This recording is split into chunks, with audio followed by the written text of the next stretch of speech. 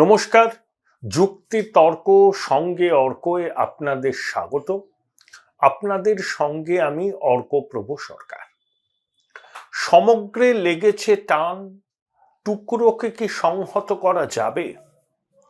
জীবনযাত্রার মূলেই লেগে গেছে চৈত্রের বাতাস। লাইনটা শক্তি চট্টোপাধ্যায়। 23শে মার্চ 1995 তিনি আমাদের ছেড়ে চলে গেছেন। আমাদের কৈশোরে এবং যৌবনে অনেক মুহূর্ত, অনেক স্মৃতির সঙ্গে শক্তি চট্টোপাধ্যায়ের কবিতার লাইন জড়িয়ে। আমি কবিতার একনিষ্ঠ ভক্ত নই, কিন্তু শক্তি চট্টোপাধ্যায়ের কিছু কবিতা পড়ে আমি শাক্ত হয়ে গেছি। প্রয়াণ দিবসে তাকে বিনম্র শ্রদ্ধাঞ্জলি। আসলে রবীন্দ্রনাথের পরে বাংলা কবিতাকে ভিন্ন খাতে নিয়ে গেছিলেন জীবনানন্দ দাশ। সুভাষ মুখোপাধ্যায় সঠিকভাবেই বলেছেন, শক্তি তার যোগ্য উত্তর সাধক। শক্তি চট্টোপাধ্যায় কবিতা সমগ্রের ভূমিকা লিখতে গিয়ে সুভাষ মুখোপাধ্যায় এই কথা বলেছেন। অনেকেই বলেন, সুভাষবাবুও বলেছিলেন, প্রথম দিকে শক্তির গদ্য কিছুটা এলোমেলো ছিল, পদ্য কিছুটা এলোমেলো ছিল, তারপর কিন্তু তার অশ্বমেধের ঘোড়া থামানো চায়নি। অর্থ বোঝার ভার সরিয়ে রেখে আমরাও, আমাদের মতো অনেকেই যারা সবে 50 পেরিয়েছি, একেবারে ঝাড়া হাত পা হয়ে সেই 30 বছর আগে শক্তির সোনার তরিতে উঠে পড়েছিলাম। পারানির কড়ি আমাদের ছিল না, কিন্তু তাও উঠে পড়েছিলাম। আজকের আমার প্রতিবেদনের মূল বিষয়ে প্রবেশ করার আগে শক্তিদার একটা কবিতার 3-4টা লাইন আপনাদের শোনাতে ইচ্ছা করছে। কবিতাটার নাম সম্ভবত দ্বার খুলে দাও প্রহরী। শক্তিদা তো কবিতা বলতেন না, বলতেন পদ্য। আমি পুরোটাই স্মৃতি থেকে বলছি। সম্ভবত নাম দ্বার খুলে দাও প্রহরী। শক্তি চট্টোপাধ্যায় কবিতা সমগ্রের 128 নম্বর পাতায় কবিতাটা আছে। তাতে কয়টা স্ট্যাঞ্জা আছে, একদম শেষ স্তবকটা। হৃদয় নদী তীরে কে ডাকে ফিরে ফিরে, দ্বার খুলে দাও প্রহরী, আছে তারা। বাইরের ঝড়টাকে দুহাতে আছি ঢেকে, প্লাবন আনে বুঝি শ্রাবণ বাড়ি ধারা। হৃদয় নদী তীরে কে ডাকে ফিরে ফিরে, দ্বার খুলে দাও প্রহরী, আছে তারা। এই মুখবন্ধটা শক্তিদার স্মরণেই করলাম। এবার আসি আজকের প্রতিবেদনের মূল বিষয়। হর্ষবর্ধন শ্রীংলা, প্রাক্তন বিদেশ সচিব, G20 কোঅর্ডিনেটর, বিজেপিতে যোগদান করছেন। দার্জিলিং লোকসভা কেন্দ্রে তিনি বিজেপির প্রার্থী হবেন এবং রাজু বিস্তা সম্ভবত মণিপুর থেকে লোকসভায় প্রতিদ্বন্দ্বিতা করবেন। এখনো পর্যন্ত এই খবর আমার কাছে আছে। 70 ঘন্টা ধরে স্বরূপ বিশ্বাসের বাড়িতে তল্লাশি চালানোর পর ইডি, মাফ করবেন, আয়কর দপ্তর বেরিয়েছে। চন্দ্রনাথ সিনহার বাড়িতে ইডির হানা 12 ঘন্টা হয়েছিল। একটা রিপোর্ট পড়লাম যে 41 লক্ষ টাকা নগদ চন্দ্রনাথ সিনহার বাড়ি থেকে ইডি উদ্ধার করেছে। মানে চন্দ্রনাথ বাবু সেই টাকার উৎস জানাতে পারেননি। কুন্তল ঘোষকে জেরা করে চন্দ্রনাথ দার নাম এসেছিল। 100 জনের তালিকা নাকি নিয়োগের জন্য তিনি কুন্তলের কাছে পাঠিয়েছিলেন। টাকার বিনিময়ে চাকরি হয়েছিল, সেই টাকা কোথায় বিনিয়োগ হয়েছে সেটাই খোঁজা। মানি ট্রেনিং। চেতলার প্রভাবশালী ঘনিষ্ঠ এক ব্যবসায়ীর বাড়িতে তল্লাশি, মহুয়া মৈত্রর ফ্ল্যাটে সিবিআই হাজির, কারণ লোকপাল সিবিআইকে তদন্ত করতে বলেছে ওই প্রশ্ন ঘুষকাণ্ডের বিষয়কে সামনে রেখে। তো এইসব বিষয় নিয়ে সরগরম তো রাজনীতি, কিন্তু রাজনীতি তো শুধু আসানসোল আর কুচবিহার এই পরিধির মধ্যে সীমাবদ্ধ থাকে না। রাজমহল পাহাড়ের ওপারে যে ভারতবর্ষ, সেই ভারতবর্ষের রাজনৈতিক ঘটনার অভিঘাত আমাদের এই বঙ্গেও পড়েছে। যেমন কেজরিওয়ালের গ্রেপ্তারি, আন্না হাজারে যার হাত ধরেই কেজরিওয়ালের উত্থান, ইন্ডিয়া এগেনস্ট করাপশন, সেই সময়টা আপনাদের সবারই মনে আছে। অরবিন্দ কেজরিওয়াল, আন্না হাজারে, কিরণ বেদি, আরো অনেক, প্রশান্ত ভূষণ, যোগেন্দ্র যাদব, সবাই ইন্ডিয়া এগেনস্ট করাপশন। দ্বিতীয় ইউপিএ সরকারের পতনের পিছনে আন্না হাজারেদের এই ক্যাম্পেইন ইন্ডিয়া এগেনস্ট করাপশনের একটা ভূমিকা ছিল। সেই কেজরিওয়াল তারপরে দল করলেন, আপ করলেন, ঝাড়ু চিহ্নে লড়লেন, কংগ্রেসকে একেবারে দুর্মুষ করে দিল্লিতে ক্ষমতা দখল করলেন, তিনবার জিতলেন, আর আন্না হাজারেকে রাজনৈতিক অবসরের গ্রহে পাঠিয়ে দিলেন। কেজরিওয়াল গ্রেপ্তারের পর সেই আন্না কিন্তু মুখ খুলেছেন, বলেছেন কর্মফল সবাইকে ভোগ করতে হবে। তিনি আবগারি বিষয়টা নিয়ে যখন আলোচনা চলছে, আন্না দাবি করেছেন তিনি কেজরিকে চিঠি লিখেছিলেন, কিন্তু সেই চিঠির কোনো গুরুত্বই কেজরি দেয়নি। অনেকে বলেন, যেমন কেজরিওয়ালের প্রথম দিকে কারা কারা সঙ্গী ছিল, আশুতোষ, প্রশান্ত ভূষণ, যোগেন্দ্র যাদব, একজনকেও দেখতে পাবেন না। কারণ কেজরির বিরুদ্ধে অভিযোগ ছিল একনায়কতন্ত্র চালানো, দুর্বিনীত ব্যবহার করা, either my way or highway, এই নীতি নিয়ে চলতেন। কিন্তু কেজরিওয়াল যে দুর্নীতিতে জড়িয়ে পড়বেন এটা তার অতি বড় ক্রিটিকও কিন্তু ভাবেননি। আইআইটি খড়গপুরের প্রাক্তনী, তারপর ইন্ডিয়ান রেভিনিউ সার্ভিসের অফিসার, ইন্ডিয়া এগেনস্ট করাপশনের মঞ্চের কথা ভাবুন, আর আজকের কেজরিওয়ালের কথা ভাবুন। ৭৫ কোটি টাকা খরচ করে তিনি তার বাসভবন সংস্কার করাচ্ছেন, দামি দামি আসবাবপত্র এনেছেন, ইন্টেরিয়ার করাচ্ছেন। তবে আমরা এইসব দেখে অভ্যস্ত হয়ে গেছি, কারণ এখানেও প্রভাবশালীদের বাড়ির মধ্যে এসকালেটর থাকে। তাহলে এই দুর্নীতির পরিমাণ প্রায় নাকি ৬০০ কোটি টাকা, আর রাজস্ব ক্ষতি সরকারের ২৮০০ কোটি টাকা। সুপ্রিম কোর্ট কিন্তু স্বীকার করেছে ইডির রিপোর্ট পাওয়ার পর যে মদ দুর্নীতির টাকা আপের তহবিলে ঢুকেছে। গোয়াতে আপের প্রার্থীরা সেই টাকায় নির্বাচন লড়েছেন। এখন কেজরিওয়ালকে সততার মূর্ত প্রতীক বলে ইন্ডিজোটের মাতব্বররা রাস্তায় নেমেছেন। কোন নৈতিক অধিকার আছে তাদের কেজরিওয়ালের সপক্ষে পথে নামার? কোন নৈতিক অধিকার আছে? কি নৈতিক অধিকারে আরজেডি পথে নামে? লালু তেজস্বীর বিরুদ্ধে ভুরি ভুরি অভিযোগ, land for job. Derek O'Brien দেখলাম নেমেছেন, ইলেকশন কমিশনের কাছে গিয়েছিলেন যে লেভেল প্লেইং ফিল্ডটা নষ্ট হচ্ছে, কিন্তু প্রিভেনশন অফ মানি লন্ডারিং অ্যাক্টে নির্বাচন চলাকালীন কাউকে গ্রেপ্তার করা যাবে এরকম কি কোনো বলা আছে? কেউ আলোকপাত করলে ভালো হয়। স্বাধীনতা উত্তর পশ্চিমবঙ্গের সব থেকে বড় বড় আর্থিক অপরাধগুলো এই জমানায় সংগঠিত হয়েছে। তারা এখন কেজরির পক্ষে গিয়ে দাঁড়িয়ে বলছেন যে বেছে বেছে বিরোধী নেতা নেত্রীদের ভোটের আগে টার্গেট করা হচ্ছে। তারা দয়া করে একটা কথা বলবেন যে কেন অতগুলো সমন তিনি অ্যাভয়েড করেছিলেন, কেন মনীষ সিসোদিয়া এখনো যে জামিন পাচ্ছেন না? সুপ্রিম কোর্ট বলেছে যে আপের তহবিলে আবগারি দুর্নীতির টাকা ঢুকেছে, এজেন্সিকে সময় বেঁধে দিয়েছে ৭ না ৮ মাসের মধ্যে তদন্ত শেষ করে চার্জশিট দিতে হবে। শুধু বিজেপি বিরোধিতা করছেন বলেই দুর্নীতিগ্রস্তদের সমর্থন করে পথে নামতে হবে?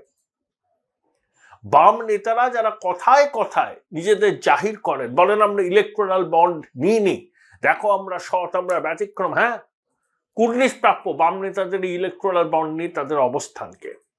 কিন্তু কেজরিওয়ালের দুর্নীতিতে যে যুক্ত সেটা জেনেও তারা ভণ্ডামিটা করছেন। দেখুন, যে কংগ্রেস অজয় মাকেন থেকে শুরু করে আরো অনেকে, সন্দীপ দীক্ষিত, যারা দিল্লির আবগারি কেলেঙ্কারি নিয়ে প্রথমে সরব হয়েছিলেন, চিঠি লিখেছিলেন, কেন্দ্রীয় তদন্ত চেয়েছিলেন, দেখুন তারা কিরকম পাল্টি খেয়ে গেলেন। সন্দীপ দীক্ষিত কেজরির বাড়ি থেকে বেরোলেন, ছবি দেখা গেল যেদিনকে কেজরিকে ইডি গ্রেপ্তার করলো। রাহুল গান্ধী সব রকম সহযোগিতার আশ্বাস দিয়েছেন।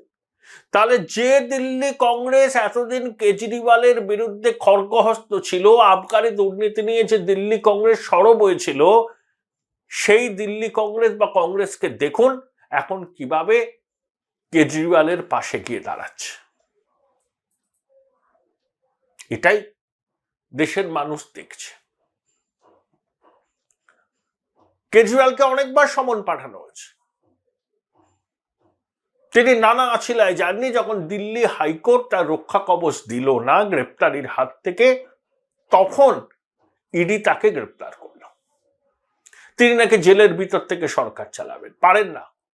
দিল্লির লেফটেন্যান্ট গভর্নর রাষ্ট্রপতিকে সুপারিশ করতে পারেন এই সাংবিধানিক সংকট থেকে মুক্ত হওয়ার জন্য রাষ্ট্রপতি শাসন জারি করা উচিত। আমার মনে হয় যে আপ সেই রাস্তায় যাবে না, কেজরি ঘনিষ্ঠ কাউকে মুখ্যমন্ত্রীত্বের দায়িত্ব দেওয়া হবে, ঠিক যেভাবে হেমন্ত সোরেন চম্পক রায়কে মুখ্যমন্ত্রী করেছেন। হ্যাঁ, কেজরিওয়ালের জমানায় মহল্লা ক্লিনিকের উন্নতি হয়েছে, দিল্লি স্কুলগুলোতে অভূতপূর্ব উন্নতি হয়েছে, কোনো সন্দেহ নেই। Join Indian Institute of Hotel Management now. Right choice, right decision. কিন্তু তার মানে এই নয় যে আমি করাপশন করার ছাড়পত্র পেলাম। আমি জন্ম থেকে মৃত্যু সামাজিক কর্মসূচি করলাম আর আমি র্যাম্প্যান্ট করাপশন করলাম, আমি তো তোমাদের সরকারি পরিষেবা দিচ্ছি তাই আমার করাপশন করার ছাড়পত্র আছে, এই যদি অ্যাটিটিউড হয়, এই যদি মানসিকতা হয়, নিন্দা করার কোনো ভাষা নেই। চন্দ্রশেখর রাও তেলেঙ্গানা রাজ্য গঠনে তার ভূমিকা ছিল, 10 বছর শাসন করলেন, পরিবারবাদের দৃষ্টান্ত স্থাপন করলেন, বুড়ি বুড়ি দুর্নীতির অভিযোগে বিদ্ধ হলো তার দল, তার পরিবার। তিনিও সামাজিক কর্মসূচি কম নেননি, কিন্তু এতটাই দুর্নীতি এবং পরিবারবাদ যে তার সামাজিক কর্মসূচির সুফল তেলেঙ্গানার মানুষ পেলেও দুর্নীতির অভিযোগে বিদ্ধ কেসিআরকে তারা নির্বাচনে পর্যদস্ত করে দিয়েছে। আপ মহল্লা ক্লিনিকের কাজ ভালো করেছে দিল্লিতে, দিল্লির স্কুল শিক্ষা ব্যবস্থা আন্তর্জাতিক স্তরে প্রশংসিত হয়েছে, সন্দেহ নেই কোনো। কিন্তু তার মানে এই নয় সরকারের রাজস্ব ক্ষতি করে মদকাণ্ডে ঘুষের টাকা তহবিলে যাবে। আর আমি নিজেকে সততার প্রতীক বলে জাহির করব। ইন্ডিয়ান এগেইনস্ট করাপশনের মুখ হিসাবে যে কেজরিওয়াল আন্নার সহযোগী ছিলেন, সেই কেজরিওয়ালের এই পরিণতি দেখে সবারই খারাপ লাগছে। ইন্ডিজোটের নেতারা ভাবছেন এটা একটা র্যালিং পয়েন্ট হবে, তাদের ওই র্যাকট্যাক বপটেল কোয়ালিশন, ও নামে ছিল ইন্ডিজোট, এই সুযোগে যদি দানা বাঁধে। প্রথম কথা মনে রাখতে হবে, মনীষ সিসোদিয়া খুব পপুলার ছিলেন, কিন্তু তার অ্যারেস্টের পর 1.5 বছর তো প্রায় কেটে গেছে। দিল্লিতে কোথাও দেখেছেন যে মনীষ সিসোদিয়া গ্রেপ্তার করার প্রতিবাদে বিক্ষোভ হয়েছে, দিল্লিবাসী বিক্ষোভ করেছে? দেখেননি। অনেকবার অনেক ক্যালকুলেশন করে এই পদক্ষেপটা নেওয়া হয়েছে গ্রেপ্তার করার। হ্যাঁ, রাজনৈতিক অঙ্ক আছে। অনেকে বলছেন যে কেজরিওয়াল যেখানে দুর্নীতির অঙ্ক 600 কোটি টাকা, সেখানে গ্রেপ্তার হতে পারেন, আর যেখানে দুর্নীতির অঙ্ক হাজার হাজার কোটি টাকা, সেখানে প্রভাবশালীরা দিব্যি ঘুরে বেড়াচ্ছেন, বড় বড় বক্তৃতা দিচ্ছেন, টবে লাগানো গাছ ফড়র ফড়র করছে। তাহলে সরকারকে হাত গুটিয়ে বসে আছে? এজেন্সিকে কি রাশ টেনে ধরা হয়েছে? একেবারেই নয়। এজেন্সিকে এখন ফুল ফ্রিডম দেওয়া হয়েছে, আগেও ছিল, এখনো আছে। কিন্তু ওই গুরুত্বপূর্ণ রাজনৈতিক ব্যক্তিত্ব তাদের বিরুদ্ধে কঠোর পদক্ষেপ করার আগে অনেক প্রস এন্ড কনস ভাবতে হয়। প্রথম কথা ভাবতে হয় ল অ্যান্ড অর্ডার সিচুয়েশন। এমন কোন পদক্ষেপ নেওয়া হলো, আগুন জ্বলে গেল, উস্কানি দেয়া হলো, নির্বাচনের আবহে তার একটা অন্যরকম অভিঘাত হতে পারে, total law and order collapse করতে পারে, এই একটা কারণ।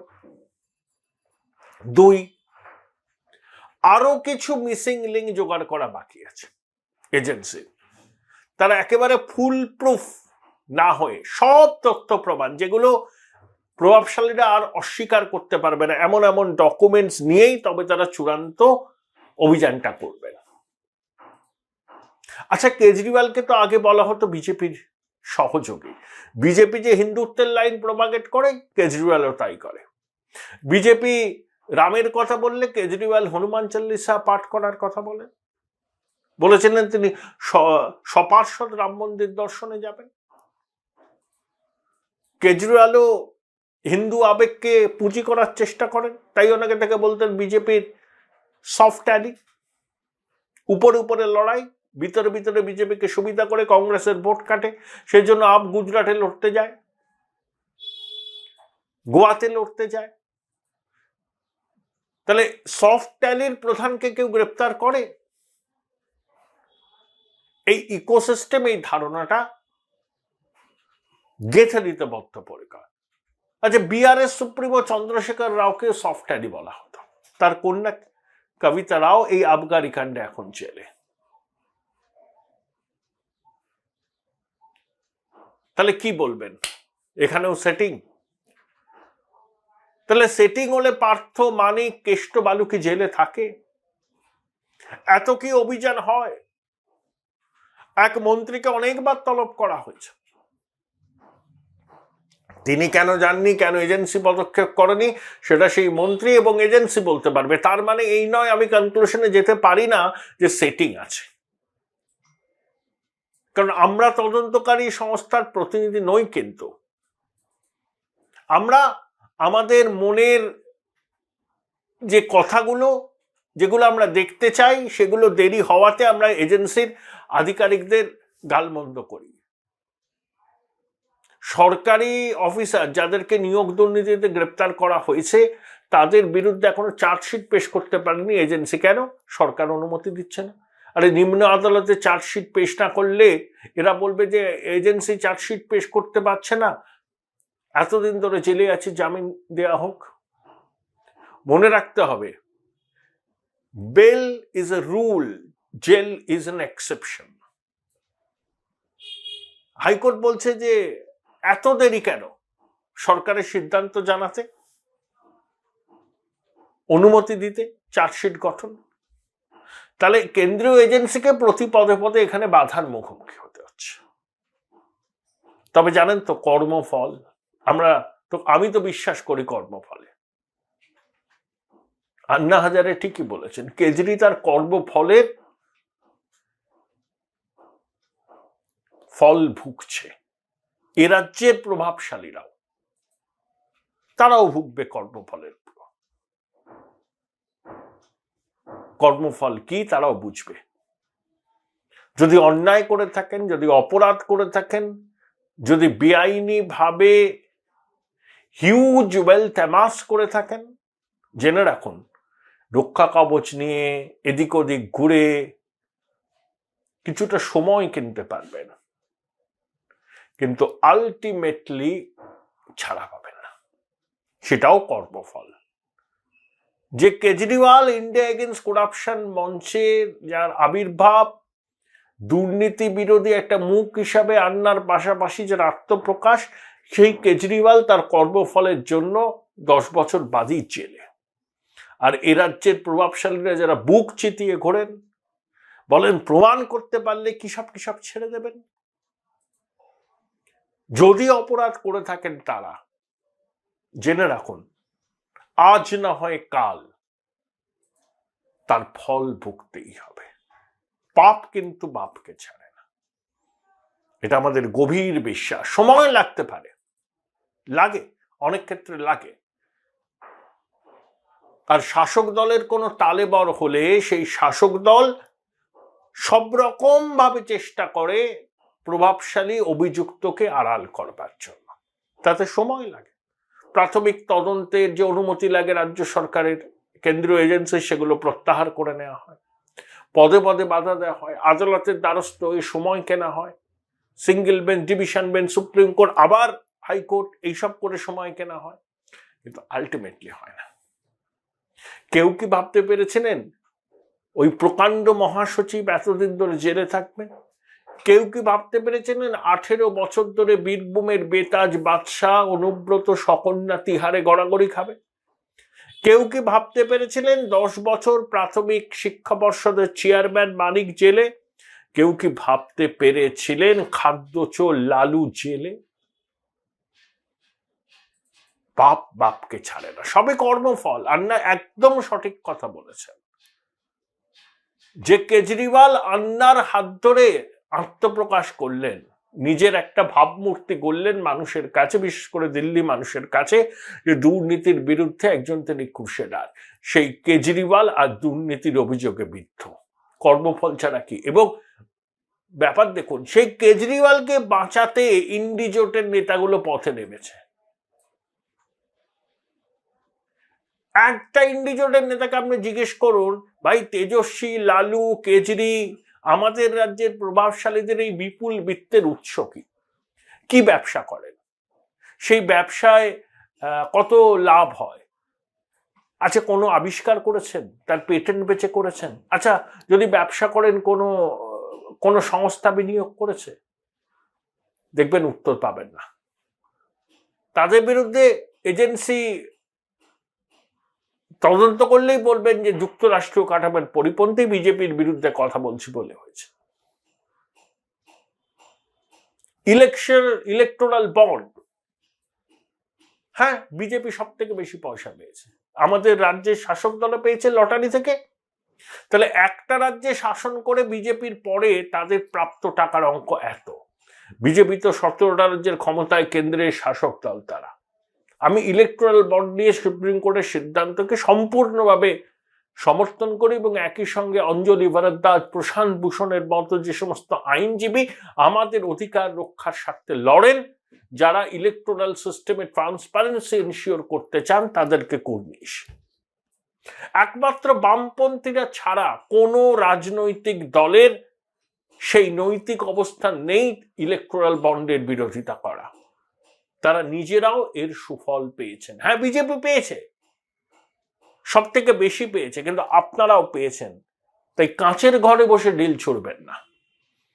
আপনারা যদি বিজেপির মতো পেতেন, দেখতেন ইলেকটোরাল বন্ডে একটা শব্দ আপনারা মুখে উচ্চারণ করতেন না। তাই বলছি না, কাঁচের ঘরে বসে ঢিল ছুড়বেন না। তাই কর্মফল সবাইকে ভোগ করতে হয়। ভালো কাজ করলে জীবনটা ভালো কাটে, শেষ জীবনটা। আর খারাপ কাজ করলে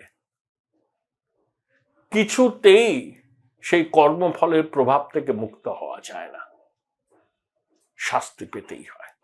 পাপ বাপকে ছাড়ে না। দুর্নীতিগ্রস্ত প্রভাবশালীরা এই আপ্তবাক্যটা মনে রাখলে ভালো করবে।